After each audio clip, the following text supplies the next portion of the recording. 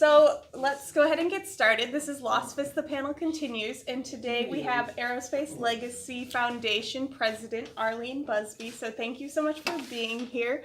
I did want to talk about this convention that you started, Outer Rim Con. So if you could tell us just a bit about that. Well, let me start with why I started it. Okay, yeah, that's good. As president of Aerospace Legacy Foundation, I came in with a different view of how everything should be run. Yeah. And since my background, as most people here know, is involved in conventions, so I said, well, let's see, I could take my knowledge of conventions and create a fundraising event for Aerospace Legacy Foundation, something cool. Nobody in my organization was familiar with, because they're mostly, besides myself and a few others who are enthusiasts in the subject, they're all engineers, retired and so forth. So I took them to a new world. Yeah, that's great. So, they're still trying to figure it out, but they're getting there.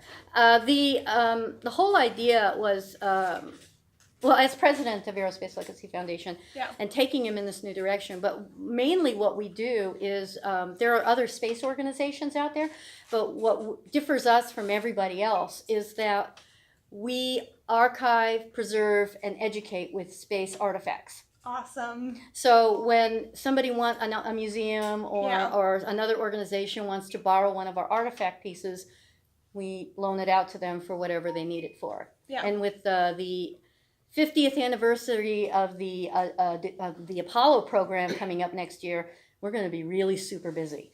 No kidding. Loaning our stuff out, doing talks, educating on this. Now, on that same basic subject, I also started a speakers bureau, which is an extension of the convention. Okay. So basically the speakers bureau was designed so we could outreach to schools, libraries, anybody who wanted us to talk on the history of the space program. What ended up happening was my husband passed away, and he was one of the major speakers. When that happened, we got a request to do a speaking engagement, and the 3 speakers we have left couldn't fit it in their schedule, so we had to decline it. Mm-hmm. Well, that sent me on an emotional rampage, because I said we should never ever give up an opportunity to educate. Yeah. So I got the National Space Society OASIS chapter, Southern California chapter, involved. I'm trying to get other organizations involved in making sure that we never have to give up a speaking engagement. So if my organization is contacted and we can't handle it, we send it out to the other organizations, and hopefully we find somebody who can cover that particular talk.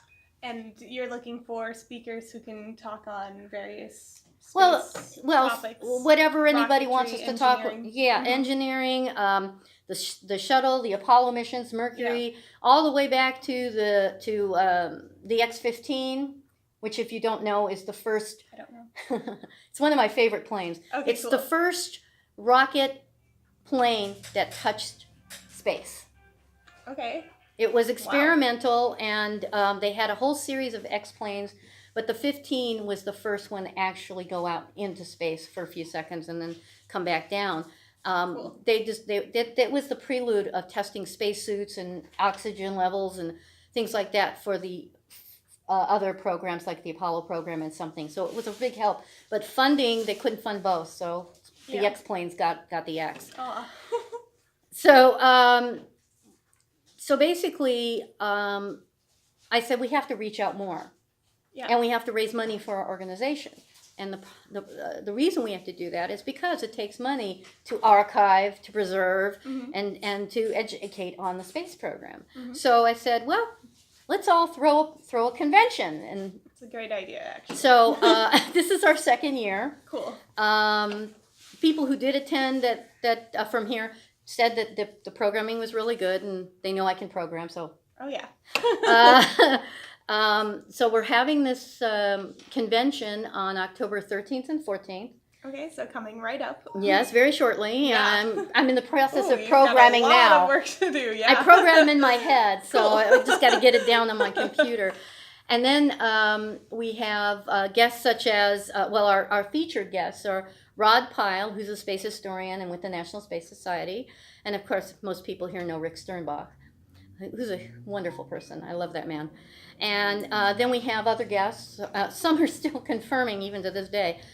Some of my people from my organization, like Jerry Blackburn, he actually worked on the X-15, the Mercury project, all the way up until the shuttle program when he retired.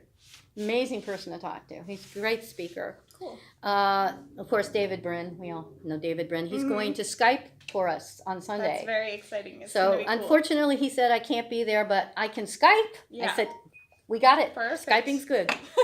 And then, Tim Cassidy Curtis, Michelle Evans. Michelle Evans wrote the definitive book on the X-15. Okay. So, I mean, she spent 20 years writing this book and finally published it, and it's a big hit. Yeah. David Gerald, scientist Robert Downley, Etan Collin will be there. Mark Pastini, my God, that man. He's an amazing, amazing man. He was actually a pilot and was a liaison between the Russians and the American space program. Wow. A very interesting speaker. He'll be a really good asset to us. Yeah. He's also an artist, and his artwork's going to be in our art show. Okay, So, cool. We have Seth Potter, who's the president of the OASIS chapter of National Space Society. Greg Schultz, who's actually a robotic person, so he's going to bring robots and stuff. Neat. I know. Aldo Spadoni, who's also an artist and a great speaker. He's an engineer as well. Hal Walker Jr., who worked on the space program as well. Forgive me, Hal. I can't remember what you did, but it was. I'm sure it was a forgives very you. It's important. okay, yes. It was a very important part of it. You know that you know that shot that you always see when the rocket's taking off and all the flames are coming down. Mm-hmm. That's the section he built. Oh wow. Whatever that may be called. Okay. Okay, and we're still getting more and more confirmed guests as the time goes on, and I start saying, "Where's your answer to my reply?" And exactly. so forth. So it's building up to be quite a convention. It's a mixture of science and science fiction because I don't think you can have the chicken without the egg. Mm-hmm. That's so what we're believers. Yes, we're on board with that. I'm speaking to the choir here. You are. So basically, what we're doing is exploring the imagination of science. Awesome. So we're combining the two, exciting. and we're going to have some very exciting panels, and we have an art show, a dealer's room. We're going to have some STEM events and so forth like that. So there's a lot going on. So there's a lot of good education as well as science fiction, art, and all of this helps the Aerospace Legacy Foundation. Yes. Now, what exactly does the Aerospace Legacy Foundation do? You said you're archiving and you're creating a bunch of history archives, but you have a bunch of engineers working with Aerospace Legacy Foundation. They're on the board or members of the organization. Okay, so it's to preserve and to like re-inspire. Well, here's the big thing, and it bugs me, and I think that's why I'm so passionate about the education side of what we do. Yeah. They do not teach space history in school. In all the things that they teach about the history of the United States of America, the space race especially is not taught. Really? They don't teach us going to the moon? Not part of it. Not That's weird. So unless you have a grandfather or a father or mother, grandmother who are in the industry, you know virtually nothing about it. Yeah, people don't know we had shuttles. They don't know. So this is kind of a mission for me. Okay, good. So basically what we want to do is expand out. See, Aerospace Legacy Foundation has been in Downey for years. Cool. We're the best known secret in Downey. Aww. I should say we're the best known secret all over the place. Yeah. So by aligning ourselves with OASIS, a National Space Society, another organization called AIAA, filled with all the other organizations are filled with engineers and people in the industry. We spread the word. We can loan out our archives. We can be more visible and so forth, which we weren't before. And I've done some inroads over the last 2 years to make that relationship stronger by setting up a table at events at AIAA, so they know we exist, Right. stuff like that, and trying to get them involved in programming and stuff for the convention itself, because they think this is a perfect opportunity to get kids involved and educate adults. Oh yeah. A lot of adults don't know what the X15 is. Nope, You I didn't. didn't. So that's why you're here. that's why I'm here. Yeah. As you can see, I found a Get us new excited passion. about this Yes. convention. No, it's great. And so Aerospace Legacy is a nonprofit then. Yes, and we so are a all of this 501c3. will help out and make sure that you have the resources to get more. Yeah, expand, I mean, right now, just like the reach more LASFS, people. we're virtual because what happened was we're the old. For those of you who know where the plant was, it was the North American, and then it was North American Rockwell out in Downey. Then it was Boeing, and then Boeing shut it down, and blah blah blah blah blah. And now it's a big gigantic mall. And it's a great mall, don't get me wrong, but all the history is taken away. There's a couple mall of it. is not exciting. Well, I mean, there's good places to eat and things, Okay, and a that's decent fair. movie theater, but and plenty of parking. But which is good for my convention because we can't yeah. say park in the mall. So don't park in the mall. But the mall has great parking. Okay, so basically, what's left of the history is the main office building, where the rotunda was, and then there's Columbia Memorial Space Center, which is directly across from it, walking distance. Okay. And that Columbia Memorial Space Center is where we're actually having the convention. Okay, cool. And we got the whole facility for the whole weekend. That's great. So we actually have a very good relationship with them. We have our meetings there. Our next one will be September 15th. Yeah. 1:30 to 3.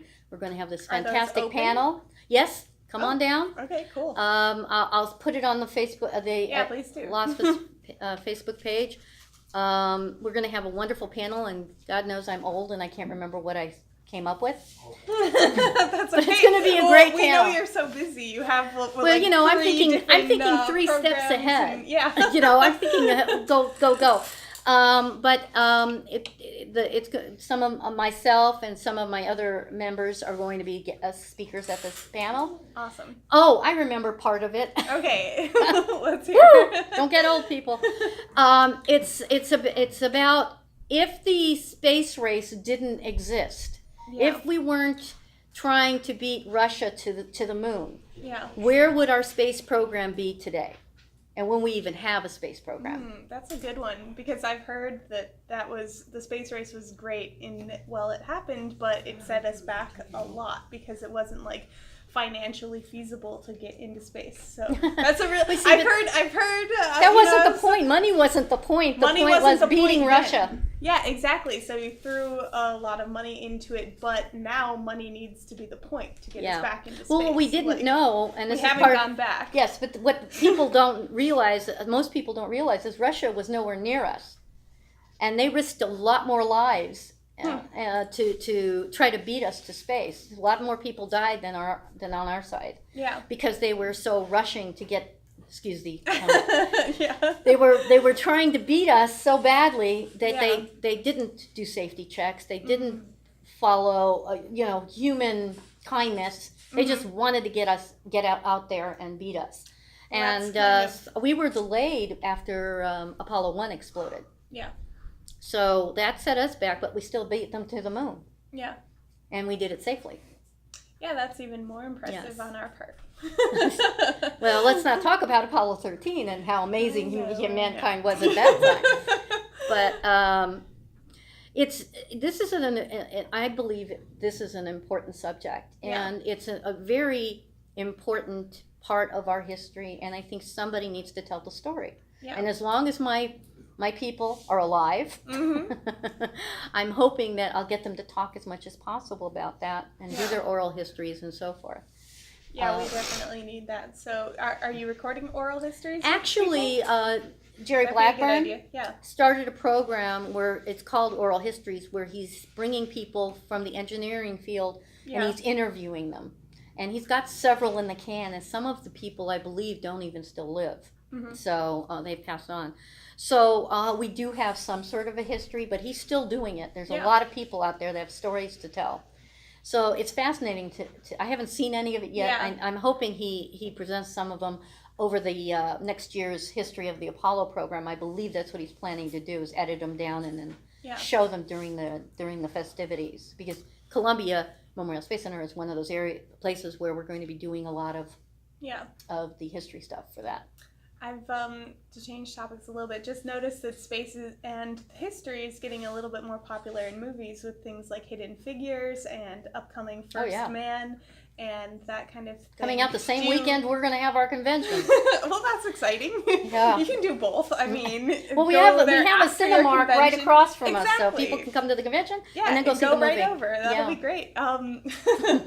So, do you think there's any reason why space is more prevalent today than, maybe 5 years ago? I think with science fiction and science fact, I think they've been together for a very long time. Yeah. It's just that with Hollywood jazzing it up. Yeah, it's not. I used to tell somebody. They used to say, "That's not accurate. That's not." My husband was one of those people. Mm-hmm. Let me tell you all the things that are wrong with that movie. Mm-hmm. Okay, and I go, "It's a movie. If you want accuracy, go watch a documentary. Right. It's a movie. Poetic license. Documentaries have to make it exciting too, but got to keep the people in the street. Yeah. Got to keep them in the seats. Exactly. And if, like I said, if you want accuracy, go see a documentary. Yeah. Which my husband has a closet full of documentaries. So. Oh, cool. So basically, with the whole idea of what I do and why I am so passionate about it is because there was an incident a couple years ago when I was doing a STEM event at the Columbia Memorial Space Center. They have one every April. Mm-hmm. And I'm sitting there at the table with my cohort, my vice president, and we're just have our displays out and talk about all these cool things we have. Yeah. And this little 6-year-old boy comes up to the table with his mother, and his eyes are wide. And they, oh, look at that! Look at that! And I said, he's into space? He's into space. 6 years old, he's into space.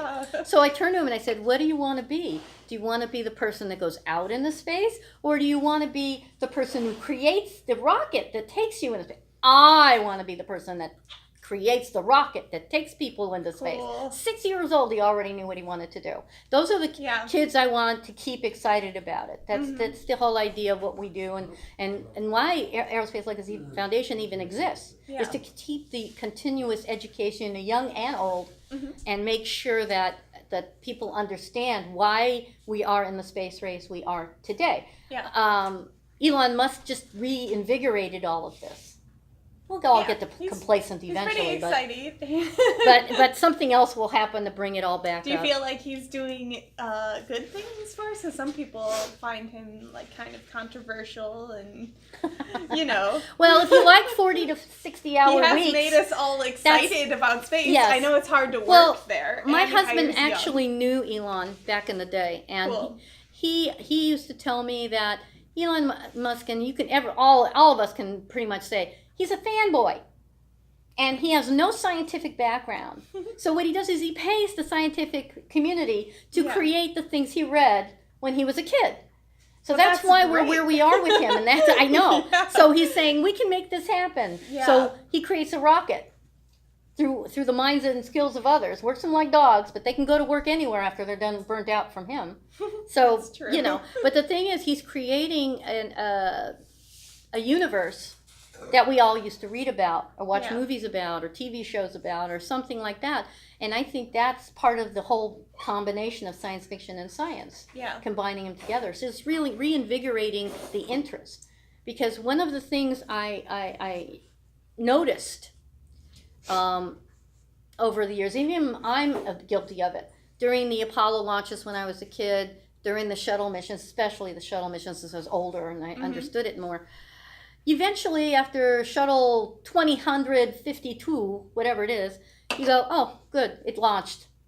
Oh, it landed. it's the excitement is gone because it's just so routine. That's fair. It's like an airplane. It glides in. It Yeah. But you go to it's not that hard. They do it every time. Good job. So you get very complacent about it. And I think Right. what Elon Musk is doing is re-exciting the flame Yeah. that we all had the interest in. And he's doing new things all the time. His mission to go to Mars is to go to Mars. Now there's a controversy about that. Should we go to Mars or should we go to the moon? Settle there first. Well, which one do you think? I think we should go to the moon first. Okay. Test it out. It's closer to Earth, so if there's emergencies, we can get up there Much easier. with his reusable rockets, things like that. So it's like, let's go to the moon first, see if we can build a habitat that will keep people alive, and then send people up there after we've experimented. I think it'd be a good idea. And it's cheaper too. Plus, maybe we can launch them from the moon. Who knows? Oh, definitely, because there would be less fuel being used because you use momentum without the gravity issue. Mm-hmm. Oh yeah, much easier, and even set up little, what do you call those? Little ports along the way. Yeah. So, do you think he just wants to go to Mars because it's a more exciting dream? I think he wants to go to Mars because it's never been done before. Okay. We've been to the moon. Yeah. And we haven't been to Mars. We definitely could go back. We've to the sent moon probes to Mars. We've mapped out Mars, but we haven't had a human being step on Mars yet. Mm-hmm. And that's the exciting part of it. Yeah, that's exciting. But I think, so it's like that whole controversy of manned over unmanned. Oops. Yeah. Sorry. No worries. It's okay. You can. Sorry, they want me to pay them for walking my dog. Mm-hmm. So, so basically, now I forgot what I was saying. Sorry. We were talking about Elon Musk and Mars. Whatever. But it just seems to me that go to the moon, test out the equipment, make sure it's working before you send human beings to another planet. Oh, it was the manned versus unmanned. Yeah. I once did a panel at one of my meetings where I had the two engineers from the manned part, and I was the lonely unmanned person. Yeah. And I said, I studied up, guys. Throw me your best shot, and I proved myself on that one. And but the whole because I believe in manned flight, but I strongly believe in unmanned flight as well, because I think you have to have both of them together.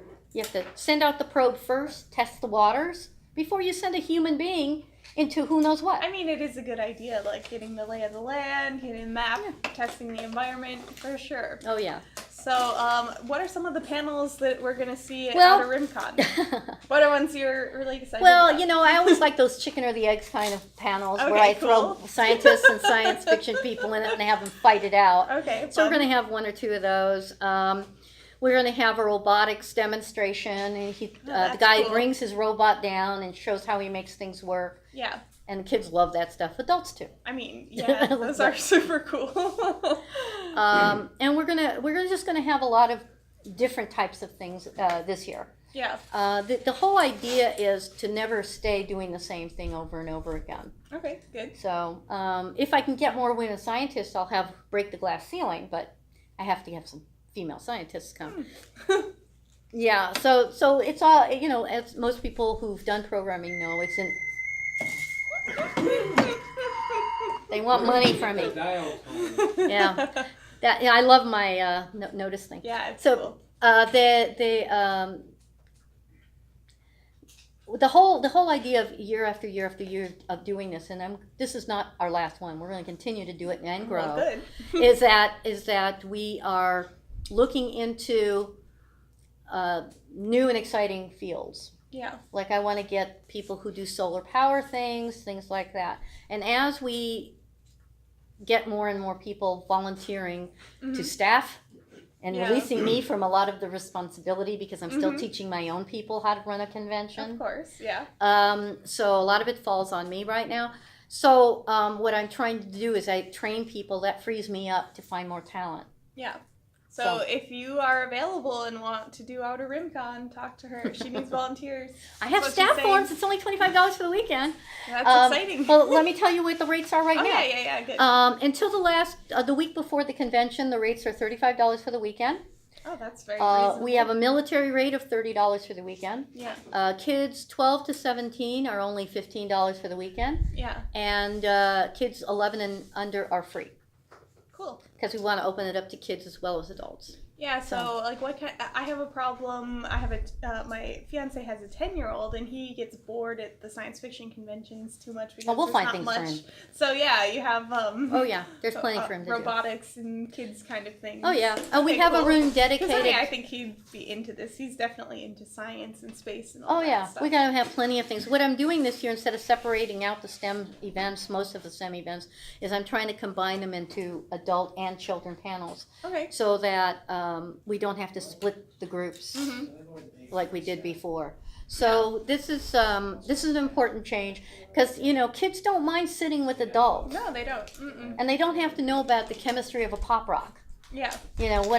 Most of the kids last year were interested in the science stuff, going to those panels, seeing the robotic stuff going on. They weren't interested in the Yeah, game I can stuff. say Wesley, we took him to a comic convention, but there was a panel on 3D printing, and he was pretty interested and asked some really good questions once I don't think adults would have thought of. I'm never with amazed by 3D what kids printing, come up with. Like, It's just, I know, it's great. yeah, I know. It's so very they'll it's definitely amazing. sit through that panel. I mean, most of it was over my head. I don't know much about 3D printing and all the mechanics that go into it. So, yeah, it was great to learn. Well, and the thing is, as we grow and we find a new facility, because we outgrow this one, I mean, Yeah.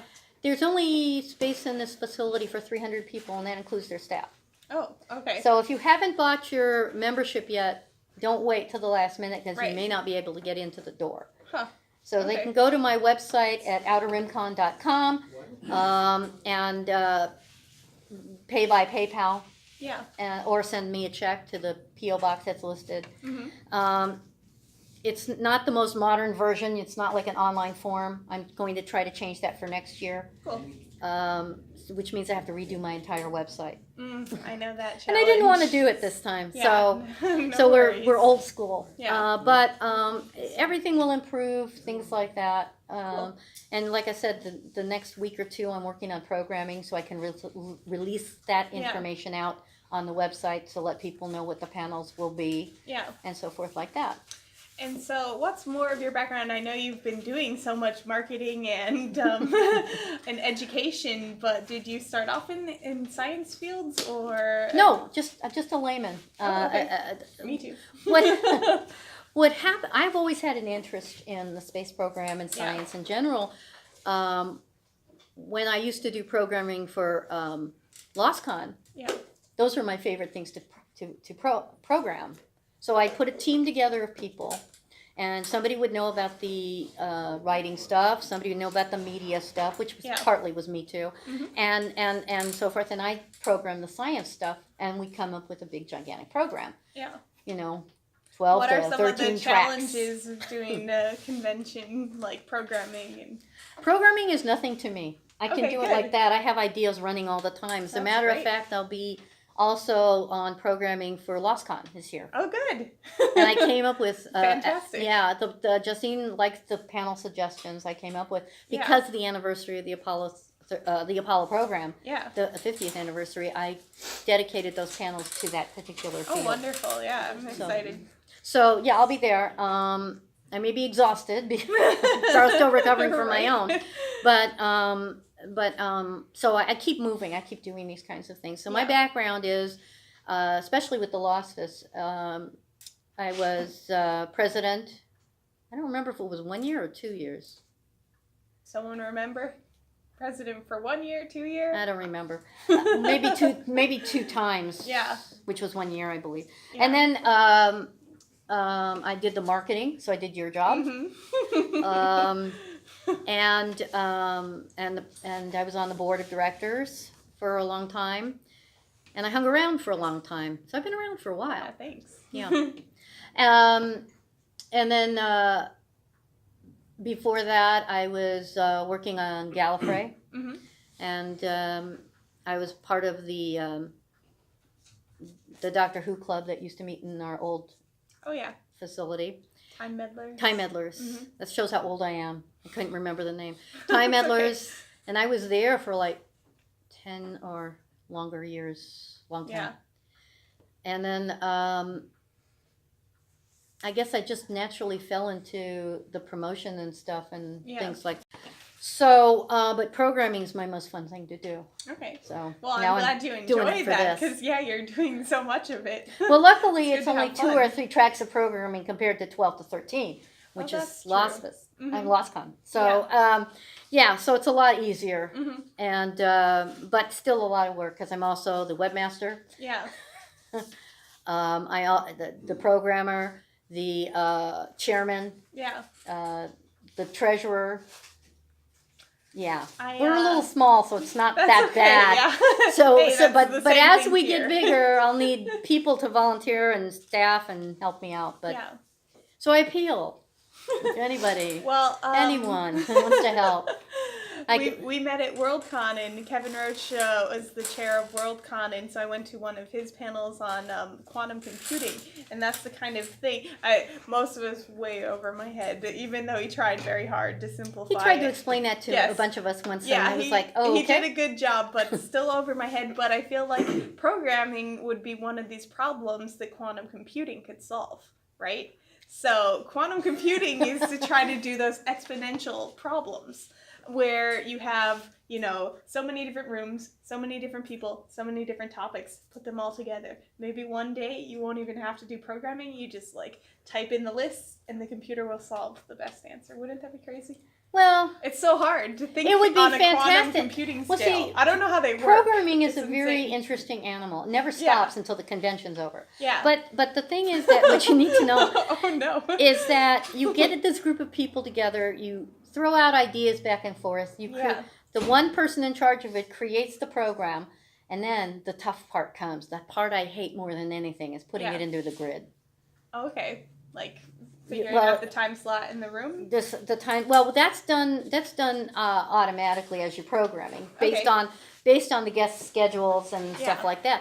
But what ends up happening is all the paperwork, creating the pocket program, doing all this. Yeah. Is a one-person job. To do the program? To put the pocket program together. Yeah. It's a one-person job because you have to make sure that what you put on your test board is the same as what you hand in for printing. Yeah. What kind of technology do you use? Do you just have idea boards and Excel spreadsheets and then I used to do it old school, but and then put it in an Excel spreadsheet thing. But nowadays, Justine uses this wonderful program for LASCON, which makes it much easier. Is it a program specifically for programming? I have no idea. That's a question for her. Interesting. She tried to show it to me, but we've not had the chance to sit down and. It's called Grenadine. Grenadine, that's it. Okay. It makes life a lot easier when you're dealing with that many tracks of programming. Oh, okay. So I don't miss the drudgery of it. I do enjoy the creativity part of it. Yeah. So this is fun for me. Mm-hmm. So what are some of the things that you've learned while doing this, more on the background history, things that have been very exciting to you, other than of course you've learned a lot about how to program and run a convention, but what are the things that have been kind of interesting and exciting as you put all these scientists together and science fiction authors and... Well, it's interesting because we all have a similar goal in mind. Yeah. And that's showing that what comes out of the imagination of a science fiction writer can actually be made real. And with the right minds. Not all of them, but a lot of the scientists, the engineers, the people that create these things that take us into new worlds, all saw them initially on other TV shows, on movies and things like that, books, lots of books. Yeah. And they said, I can make that happen. And they did. And so, cool. I mean, we have, the flip phone is a perfect example of, right. Star Trek technology coming to life. I know. But the large screens, the two-way talking, all exist now. Yeah. So it's important, what we're doing. It's important to let people know that you can still have an imagination and still be a scientist. Yeah. I mean, you should have an well, imagination. not always. Sometimes it's all about the math. But it's But I find that there are some scientists that can educate and talk and get you involved in what they're saying and make it simple so you can understand it when you're Yeah. a layman. And there are others that's strictly about the math. Mm-hmm. And and what I'm trying to do is teach those people Yeah. to make it entertaining for laymen so they can also get interested in it. Yeah. Yeah, it is a hard thing to do when Yeah, it's hard to balance. simple but- math is, over Simple our math? heads. This is not I simple know, math. but when even simple math is too complicated Well- for people to understand in conversation, Yes. it gets hard when you're going into the math of a rocket and Well, I've talked to trying to many. launch I've something. talked to a few engineers from SpaceX and those in my group from the Apollo and the shuttle programs. Yeah. And I can't believe how modest they are of their creations. It drives me crazy when oh my God, we wouldn't be where we are today if you didn't invent this. Okay. You didn't work on that. If your mind didn't create that. Yeah. Because these are people who are in charge of those kinds of things. And so, Jerry Blackburn actually lost an eye Wow. during one of the Apollo tests. How'd that happen? I'm not sure. I think Yeah, something wow. exploded and Yeah, hit him straight in the eye. Wow. Yeah. And so he lost one of his eyes. Holy cow. So he gave part of himself to that Yeah. program. So, but he's still sharp as a whip. So is most of the people who are in my group. Mm-hmm. They're fascinating to talk to. Yeah. And it's just invigorated me. I mean, when I was dating my husband, he always was amazed at how much I knew about the space program. But when we were dating, he would say stuff like, all right, I'm going to tell you about, let's say, Werner von Braun, which I already knew about, Yeah. mostly. And he would say, okay, well, this is what he did, blah, blah, blah, blah, blah, blah, blah, blah, blah. You better take notes because I'm going to test you. Ah. And he did. So Okay. he helped me to get more involved Yeah. in it and more educated on That's it. good, yeah.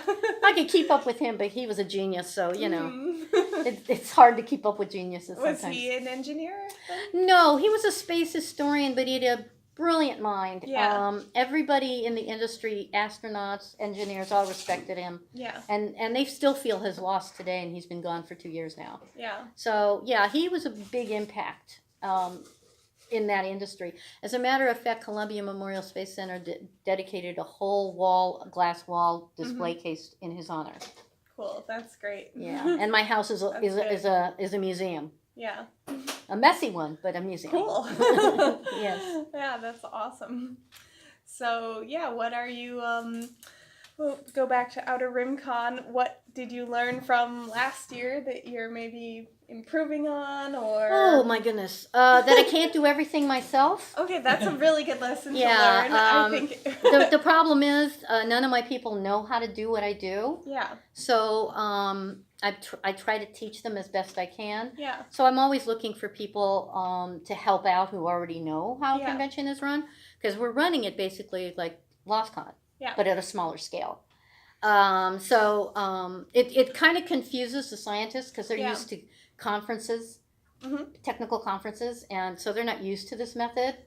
But I'm teaching them too. yeah. I don't know how technical conferences. I only know these convention. Type Oh yeah, programs, I've so- been to a couple of those, and Yeah. it is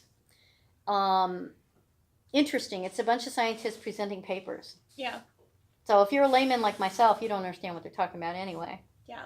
So I went to a panel at LASCON, and David Gerald was one of the speakers, but it was about like staffing conventions and how to get this knowledge passed on to the next generation. And so there was a lot of discussion about like creating manuals and tutorials and that kind of thing. But David Gerald brought up a really good point that you can write all of this paper down, but write all of this down on paper, but it takes people like doing this to learn how to work and staff a convention. right. So Well, it's really about volunteering and learning by hands-on experience. we tried to do that several years ago, where we The created a manual manual and stuff Yeah. like that, and I wrote about programming and it never went anywhere. Yeah. So I mean, the thing is that the best way to teach anybody how to do something is to have them sit by your side and watch what you do. Yeah. And be involved with it. I'm a hands-on person, so you show me how to do something, but get out of my way and let me do it, and then show me if I'm doing it right or wrong. That's how I learn. But as a trainer, I've had a lot of careers where I've been a trainer in different subjects, and it's easy to create a step-by-step guide. First do this, then do that, then do this. So, and then once they finish all of that, then they can change it to how they want to make it work. But they have to know the fundamentals first. Yeah. Who to contact for changes in the program, how to deal with this, who do you need to contact for that, this, and the other. How do you get the website updated? Things like that. That's something you really have to show somebody how to do. Yeah. So. Yeah, it's just kind of hard. You wish there were an easy way to just It's too bad we don't get paid for all this. Oh, I know. Passing information on, and it's so hard to do. Well, when I passed, I was advising on programming for LASCON before I left it, and those people then trained other people and so forth and so on. And, but what it is just bare bones of what I was doing, and then they can make it their own. Yeah. And then the technology changes; it's not so manual and things like that. So anymore, so it's like you get people who staff for you, show them what you're doing, and then you can have another programmer show up eventually when you get too tired. I did 3 years in a row, and I was so burnt out by year 3. I was like, please get me out of this. So. Well, I think we should open it up to questions. If anyone has questions for Arlene, George. Oh, more like a comment. You know, Arlene, you just occurred to me. There's got to be room for a book, Convention Running for Dummies. Well, if you talk to want to take on another job? Years ago, Christian started that, and some of us wrote for it, but I don't know whatever happened to that material. I don't even think it's valid anymore, to be perfectly honest, because of the technology improvements over the years. So we might have to start all over again. But somebody here has to take charge of that. I wouldn't mind contributing to it, but I do not want to be in charge of it. Barbara, did you have a question? Yes, I actually had a few. Cool. Did you give us the dates?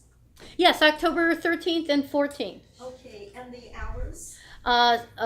Saturday the 13th is from 10 a.m. to 5 p.m. and the Sunday the 14th is 10 a.m. to 3 p.m. Okay, and then you'll bear with me for 2 more questions. How many panels are you going to have running at the same time? Well, I've got 2 regular program rooms and 1 in the wings for special projects should they come up. So I'm not going to have three like I had last time. I'm trying to make space for the STEM stuff if they need a room or something. But you know, as programming goes and more people say I'm coming, I may have to expand and change it. You know, programming is an animal that never rests. It just keeps going and going and going. Right, and So. the last question. Supposing somebody gets hungry. Yeah. Where is We have a gigantic mall within walking distance. Okay. We You can get food. Oh, any kind of food you want. I mean, directly across from us is the Lazy Dog, which we have cards for discounts. And they're one of our sponsors. And then there's a bunch of other types of restaurants, Brazilian, Mexican, pizza, things like that, that you could just walk over or drive your car over. And Brazilian.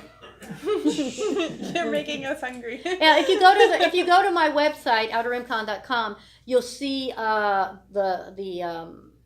link I have to the promenade, which shows all the different restaurants and things like that. Sounds good. Try to be thorough. Frank, you have a question? Senior discount? At the Mexican place. No, not this year, but it's only $35 for the weekend. Yeah. You know, the thing is, affordable. people don't understand, it's cheaper, even if you only come one day, to buy the weekend rate, because at the door, I'm telling you now, it's going to be $45 for the weekend. So you're going to be paying more at the door for a weekend rate. So buy it now while it's cheaper, and then if you only show up for one day, you know, that's the $35 rate for one day. Yes, George. Okay. So the web.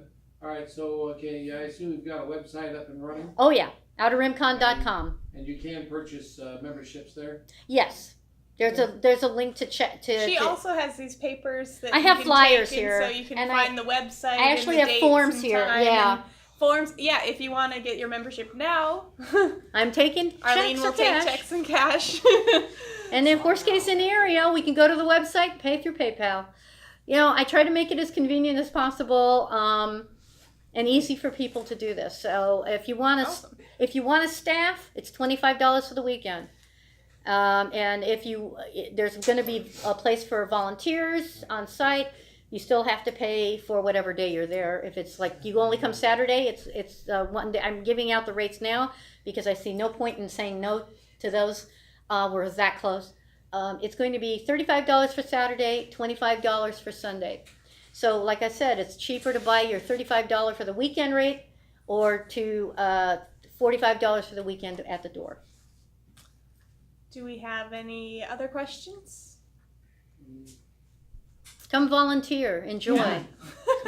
Okay, well then it's about 15 minutes to 8, so we're gonna wrap it up. But thank you so much for coming and see her. But thank I got you, forms Arlene. here. Woo. Thank you for inviting me. Yeah, It was fun. I'm so glad you came. Thank you. Thanks. Okay.